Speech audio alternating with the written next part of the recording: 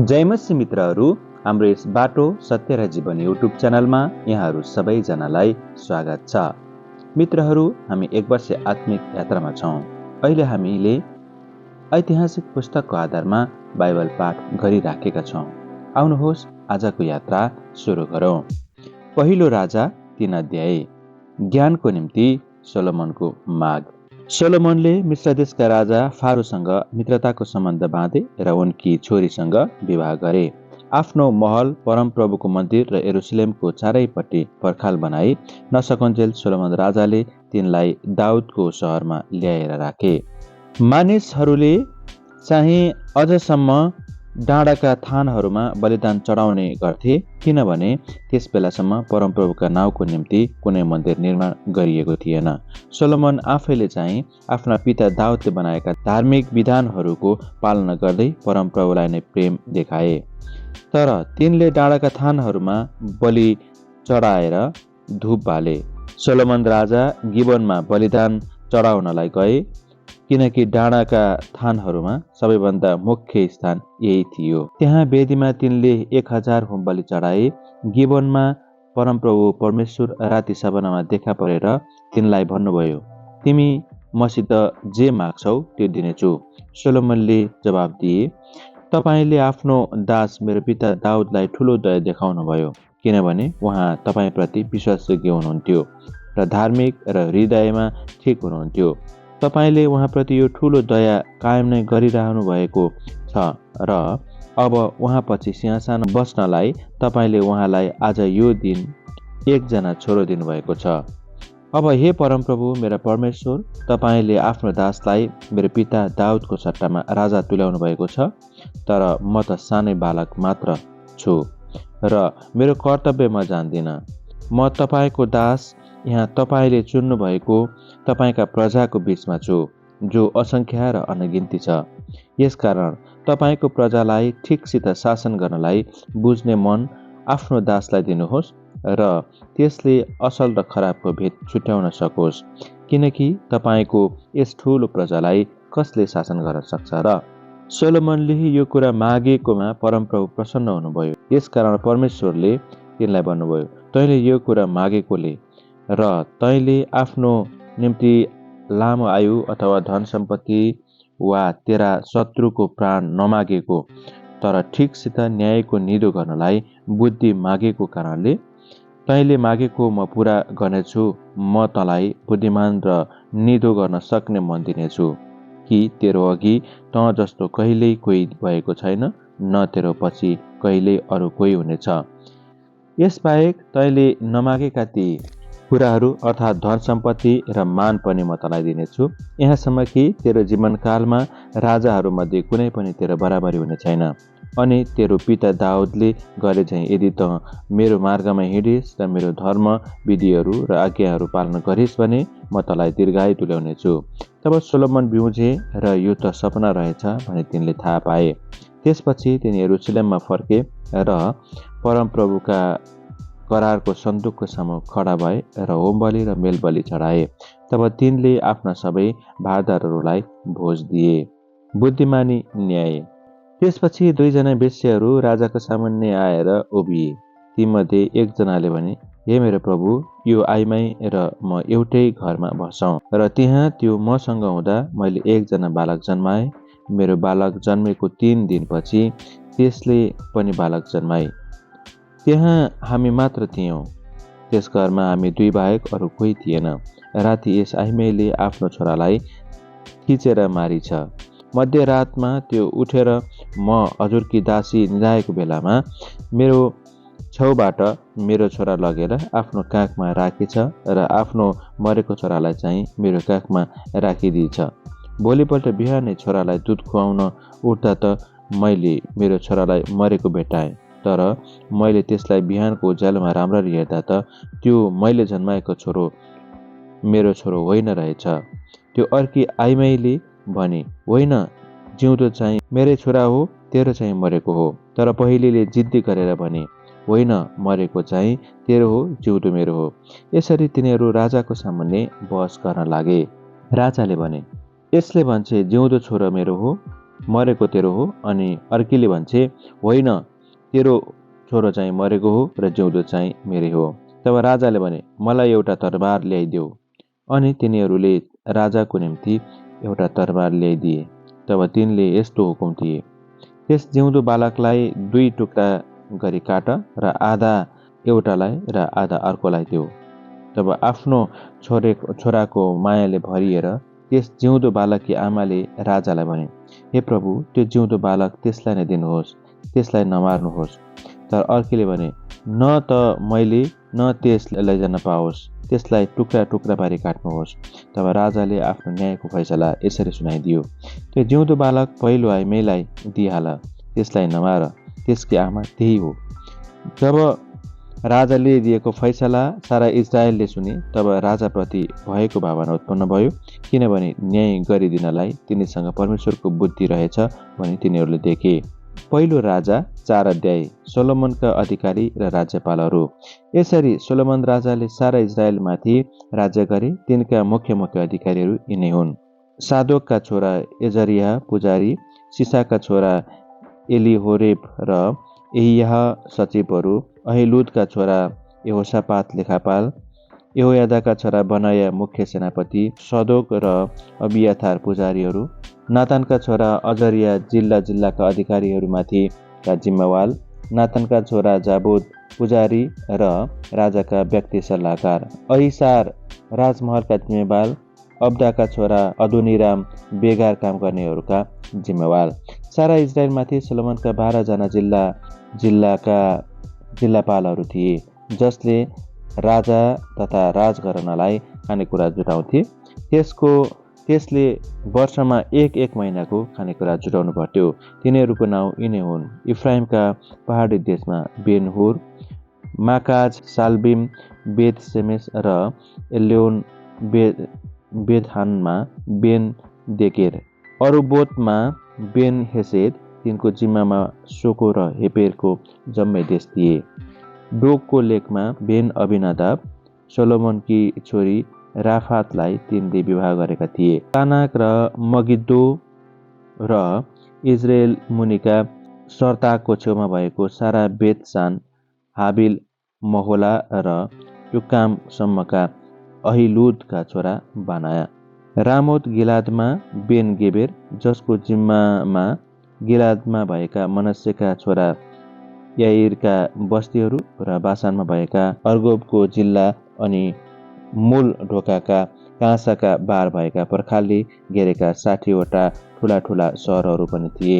महनोममा इद्दोका छोरा अहिनादाब, नाप्तालीमा अहिमास, तिनले सोलोमनकी छोरी बासमतलाई विवाह गरेका थिए। आशेर र आलोतमा हुसैको छोरा बाना, इस्साखारमा पारुहका छोरा यहोसापात, बेन्यामिनमा एलाका छोरा सिमी, गिलादमा उरीका छोरा गेबेर, एमोरीहरूका राजा सिहोन र बासानका राजा ओगको देश, तिनी त्यस जिल्लाका 1 जना मात्र जिल्लापाल थिए। सोलोमनका दैनिक खुराक। यहुदा र इजरायलका मानिसहरू समुद्रका बालुवा झैं असंख्य थिए। तिनीहरू खान्थे, पिउँथे र सुखसित रहन्थे। युफ्रेटिस नदीदेखि फिलिस्तीहरूको देश र मिस्रको सिमानासम्मका सबै राज्यहरूमाथि सोलोमनले शासन गर्थे। ती देशले तिनलाई कर तिर्थे र तिनको सारा जीवनकालभरि नै उनीहरू तिनका प्रजा भएर बसे। सोलोमनको दिनको खुराक 75 मुरी मसिनो पिठो र 150 मुरी अन्न, गोठमा पालेका 10वटा गाई गोरुहरू, खर्कमा पालेका 20वटा गाई गोरुहरू, 100 भेडा र बाख्रा अनि मृग, हरिण, बराँठ र कुखुराहरू थिए। किनकि तिनले युफ्रेटिस नदीको पश्चिमपट्टिका सबै देश अर्थात् तिफसादेखि गाजासम्म राज्य गर्थे। सोलोमनको जीवनकालभरि नै दानदेखि बर्सेबासम्मै यहुदा इजरायल शान्तिसित रहन्थे। हरेक मानिस आफ्नै दाख र नेबराको बोटमुनि सुरक्षित साथ रहन्थे। सोलोमनका 4000 रथका घोडाहरूका लागि तबेलाहरू र 12,000 घोडाहरू थिए। जिल्लाका अधिकृतहरूले हरेक महिना पालै सोलोमन र तिनका टेबलमा बसेर खानेहरू सबैका निम्ति खानेकुरा जुटाउँथे। यसरी ल्याउँदा केही कुराको घटी नहोस् भने तिनीहरूले हेरविचार गर्थे। रथका घोडाहरू र अरू घोडाहरूका निम्ति पनि तिनीहरूले तोकिएका आफ्ना जौ र परालका हिस्सा ल्याउँथे। सोलोमनको ज्ञान। परमेश्वरले सोलोमनलाई बुद्धि र अति अन्तर्दृष्टि र समुद्रको बालुवा जति नै अनगिन्ती समाजशक्ति दिनुभयो। सोलोमनको बुद्धि पूर्वका सबै मानिसहरू र मिश्र देशका सबै मानिसहरूको बुद्धिभन्दा ज्यादै बढी थियो। तिनी अरू सबै मानिसहरूभन्दा बुद्धिमान थिए। एतान अनि महलका छोराहरू हेमान, कलकोल र गर्दाभन्दा पनि तिनी बढी बुद्धिमान थिए। अनि तिनको ख्याति वरिपरिका सबै जाति जातिहरूका बीचमा फैलियो। तिनले 3000 हितोपदेश रचे र तिनका गीतहरूको सङ्ख्या 1005 वटा थियो। तिनले रुखहरूका जीवनको विषयमा लेबलानका देवदारूदेखि लिएर भित्तामा उम्रने हिसाबसम्मका वर्णन गरे। तिनले पशुहरू, पक्षीहरू, घस्रने जन्तुहरू र माछाहरूका विषयमा पनि सिकाए। सोलोमनका बुद्धिको बारे थाहा पाएका संसारका धेरै राजाहरूबाट पठाइएका सबै जातका मानिसहरू तिनको बुद्धि सुन्न तिनी कहाँ आउँथे। इतिहासको दोस्रो पुस्तक 1 अध्याय। बुद्धिको निम्ति सोलोमनको प्रार्थना। दाउदका छोरा राजा सोलोमनले आफ्नो राज्यमा अधिकार स्थिर गरे, किनभने परमप्रभु तिनका परमेश्वर तिनको साथमा हुनुहुन्थ्यो। उहाँले तिनलाई महान तुल्याउनु भयो। जब सोलोमनले सबै इजरायलसित अर्थात् सहस्रपति र शतपति, न्यायकर्ताहरू र इजरायलका सारा अगुवाहरू र परिवारका मुखियाहरूसित बातचित गरे अनि तिनी र सबै समुदाय गिबनमा भएको अग्लो स्थानमा गए, किनकि परमेश्वरका दास मोसाले उजाड स्थानमा बनाएको परमेश्वरको भेट हुने पाल त्यही थियो। दाउदले चाहिँ परमेश्वरको सन्दुक किर्यात यारिमबाट आफूले तयार गरेको ठाउँमा ल्याएका थिए, किनभने तिनले यरुसलेममा नै त्यसको निम्ति पाल टाँगेका थिए। तर हुरका नाति उरीका छोरा बजलेलले बनाएको काँसाको वेदी गिबोनमा नै परमप्रभुको पवित्र वासस्थानको सामुन्ने थियो। यसै कारण सोलोमन र सबै समुदाय त्यहीँ गए। त्यहाँ भेट हुने पालमा परमप्रभुको सामुन्ने भएको काँसाको वेदीसम्म तिनी गएर त्यसमा 1000 होमबलि चढाए। साथ परमेश्वर सोलोमन कहाँ देखा पर्नुभयो र उहाँले तिनलाई भन्नुभयो, म तँलाई के दिउँ, मलाई भन्।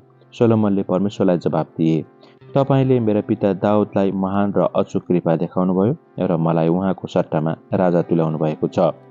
अब हे परमप्रभु परमेश्वर, तपाईले मेरा पिता दाउदलाई दिनुभएको तपाईको वचन पक्का गर्नुहोस्, किनभने पृथ्वीको धुलो जतिकै अनगिन्ती प्रजामाथि तपाईले मलाई राजा तुल्याउनु भएको छ।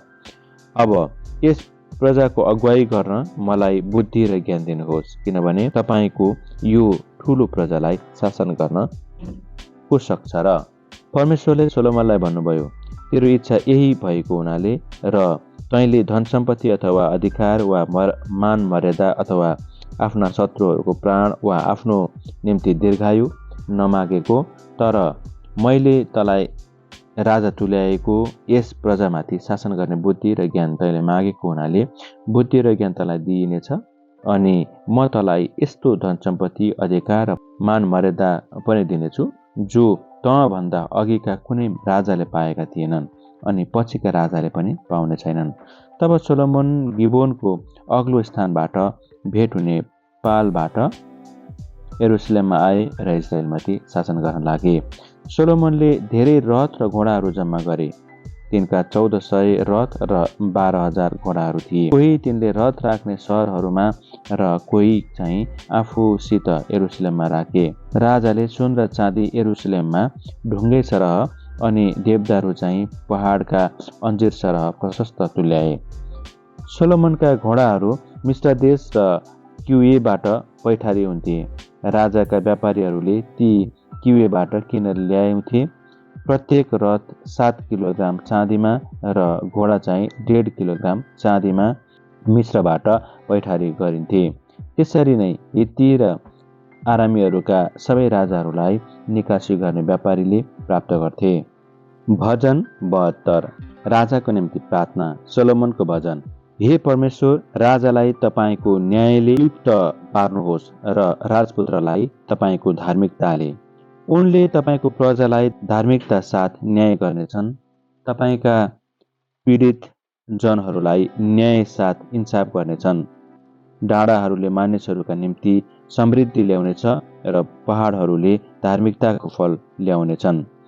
उनले मानिसहरूमध्येका पीडितलाई रक्षा गर्नेछन् र दरिद्रका छोराछोरीहरूलाई बचाउनेछन्। उनले अत्याचारीहरूलाई दमन गर्नेछन्। घाम र जुन रहन्जेल सारा पुस्ताभरि उनी बाँचिरहनेछन्। उनी काटिएको चौरमा परेको वर्षा चाहिँ हुनेछन्, पृथ्वीलाई सिँचाइ गर्ने झरी चाहिँ। उनको राज्यकालमा धर्मीहरूको फलिफाप हुनेछ र जुन रहन्जेल उन्नति प्रशस्त हुनेछ। उनले एउटा समुद्रदेखि अर्को समुद्रसम्म र युफ्रेटिस नदीदेखि पृथ्वीको सीमान्तसम्म राज्य गर्नेछन्। मरुभूमिका जातिहरू उनको सामुन्ने झुक्नेछन् र उनका शत्रुहरूले धुलो चाट्नेछन्। तर्सेस र टाढाका सामुद्रिक किनारका राजाहरूले उनी कहाँ कर ल्याउनेछन्। सेबा र सेबाका राजाहरूले उनलाई भेटी चढाउनेछन्।